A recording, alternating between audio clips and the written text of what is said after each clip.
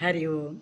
అతిథి జనుల వీడి అభ్యాగతుల వీడి దేవతలకు నిడక తినెడివాని చెప్పనగు ధరిత్రి జీవస్మృతుండన్ని లలిత సుగుణ జాల తెలుగు బాల.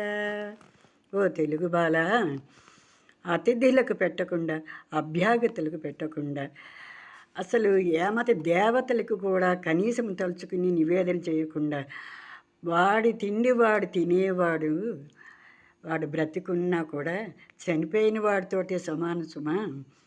అతిథి అంటే దేవుడితో సమానం, అభ్యాగతులన్నా దేవుడితో సమానం.